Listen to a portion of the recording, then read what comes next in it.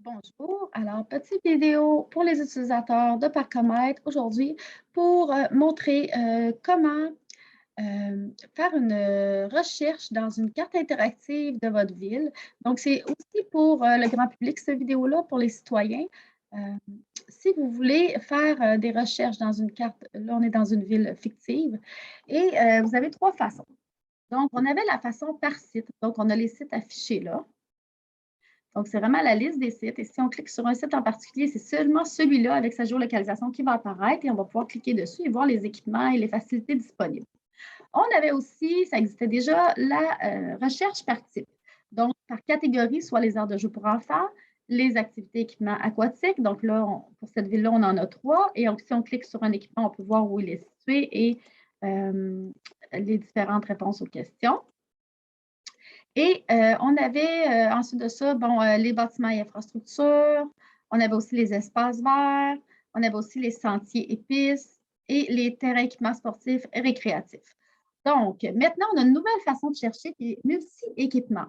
C'est-à-dire que, par exemple, si je suis un citoyen, j'ai un jeune enfant de 4 ans et là, je cherche des activités à faire autour de moi dans ma ville et je peux cocher par équipement les équipements qui intéressent mon enfant. Comme par exemple, si je dis mon enfant aimerait aller se balancer, je ne sais pas, sont où les balançoires autour de ma résidence. Donc, à ce moment-là, on va aller chercher les balançoires.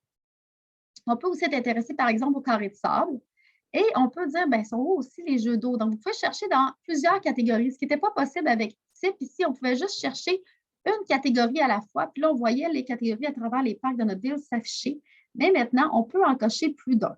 Donc, je pourrais cocher ici. Quand on coche sur le nom d'une catégorie, en fin de compte, tous les types d'équipements apparaissent et je peux en choisir juste un.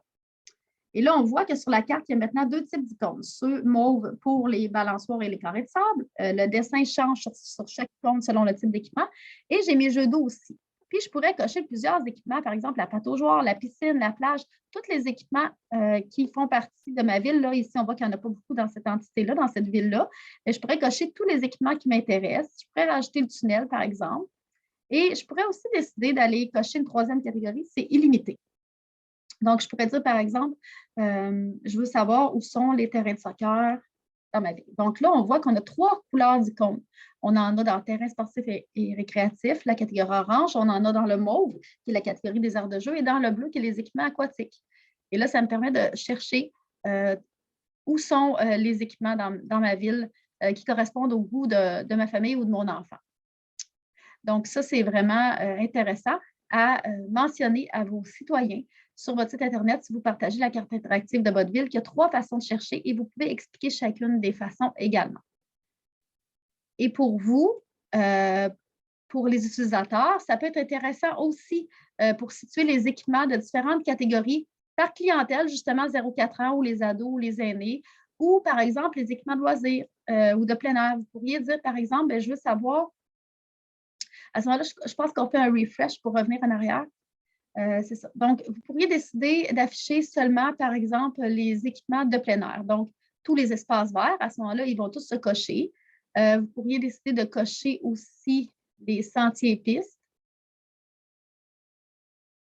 Donc, sentiers et pistes, si on le coche, tout apparaît. Et je pourrais décider, par exemple, de vérifier dans les équipements hivernaux qu'est-ce qui fait référence à du plein air. Donc, les sentiers raquettes, sentiers glacés, structures d'escalade. Et là, j'aurai tous mes équipements. Puis même dans les espaces verts, je pourrais décocher ce qui n'est pas vraiment du plein air pour juste garder les grands espaces verts à ce moment-là. Donc, c'est une autre façon de chercher tout simplement. Merci.